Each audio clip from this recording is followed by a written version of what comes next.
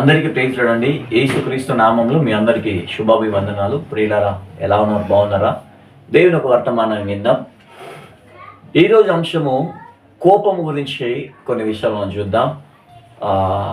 రండి, కీర్తనాలు 37వ అధ్యాయం 8వ వచనంలో ఒక మాట రాయబడింది.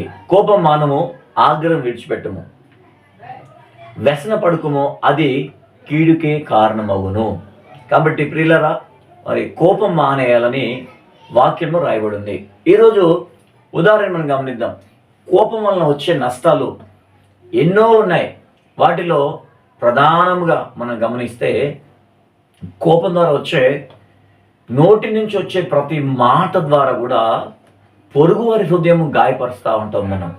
అంతేకాదు, ఒక సందర్భంలో శిష్యులందరూ కూడా ఆకలి త్వరగా వారు భోజనానికి వచ్చినప్పుడు చేతులు కడుక్కోకుండా భోజనం చేస్తున్న సమయంలో అక్కడ ఉన్నటువంటి కొంతమంది పరిశీలు వచ్చి యేసు ప్రభువుని ప్రశ్నించారు. అయ్యా, ఇదిగో మీ శిష్యులు అలా చేశారు, చేతులు కడుక్కోకుండా భోజనం చేస్తూ ఉన్నారు, ఇది సరైనదేనా?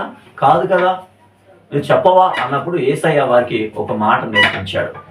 ఏమన్నానంటే, నోటిలో నుంచి వచ్చేది ఏది కూడా లోపల నుంచి వచ్చేది కదా, ఏదైనా మనం గమనిస్తే అది మనుషుని అపవిత్రపరుస్తుంది కదా. బయటి నుంచి లోనికి ఏది వెళ్ళినా కానీ అది మనిషిని అపవిత్రపరచదు, కానీ హృదయంలో నుండి వచ్చేదే మనిషిని అపవిత్రపరుస్తుంది. అనగా హృదయం నుంచి ఏమొస్తుంది గమనించాలి కదా. కోపం ద్వారా బూతులు, కోపం ద్వారా తిట్టడం, కోపం ద్వారా ఇతరులను కదా తిట్టి గాయపరచడము.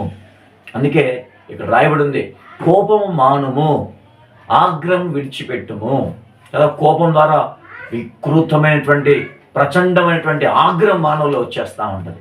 తద్వారా అతను ఏం చేస్తుందో లేదా ఆమె ఏం చేస్తుందో వారికి అర్థం కాదు. ప్రియులరా, ఈరోజు గమనించండి. ఒకసారి ఒక సేవకుడు అంటా ఉన్నాడు, అయ్యా జైలు పరిచర్యకి వెళ్ళి సువార్త ప్రకటిస్తూ ఉంటే అక్కడున్న ఒక వ్యక్తిని అడిగాను, నువ్వు ఎందుకు వచ్చావు నాయన జైలుకి, ఈ చెరసాలకు ఎందుకు వచ్చావు? కారణం ఏంటంటే, అయ్యా నేను ఒక సందర్భంలో నా భార్య పక్కనింటి వారి కదా మంచి నీళ్ళకి వెళ్ళినప్పుడు ఆ నీళ్ళ దగ్గర నీళ్లు పట్టుకున్న వేళలో చిన్న గొడవ అయిందండి. ఆ గొడవ అవుతున్న సందర్భంలో నేను వెళ్ళాను.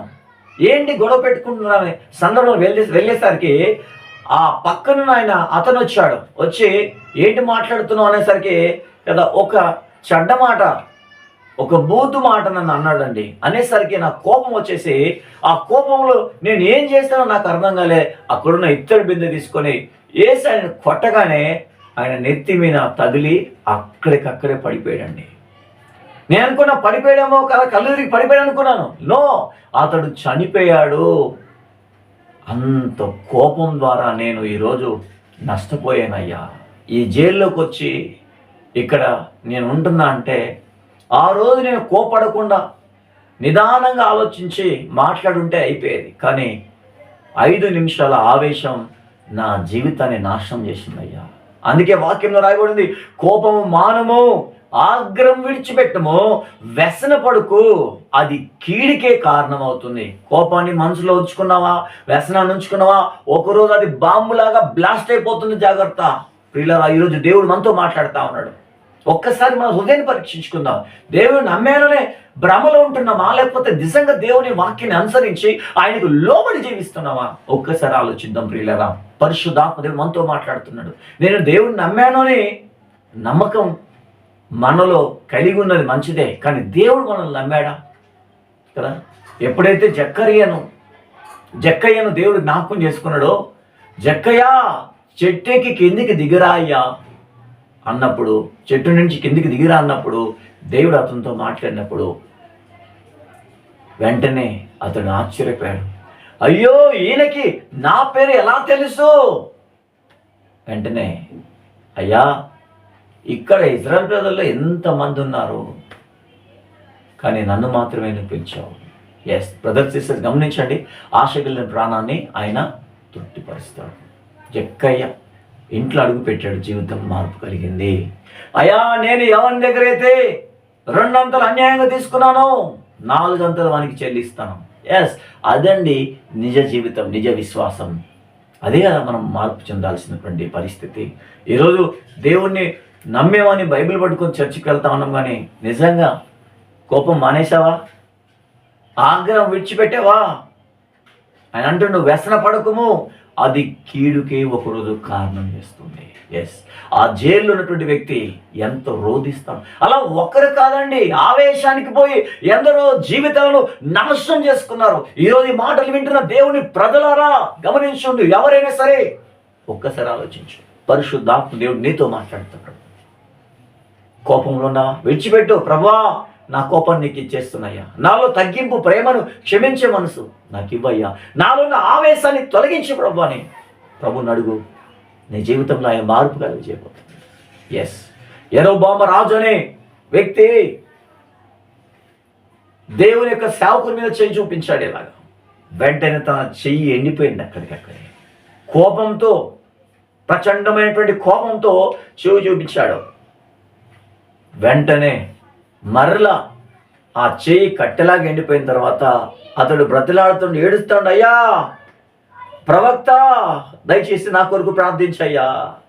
నేను బాగోగులాగా మరలా మునుపటి వ్యక్తిలాగా నేను బాగైపోవాలి ప్రభు, అయ్యా నా కోసం ప్రార్థన చేయండి. ఏడ్చాడు. వెంటనే ఆ వ్యక్తి ప్రార్థన చేస్తే తన చేయి మరలా నార్మల్ అయిపోయింది.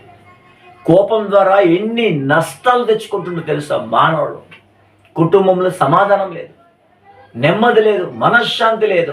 కోపం ద్వారా అనేక కారణాలకు గురైపోయి ఈరోజు జీవితాలను నాశనం చేసుకుంటున్నాం.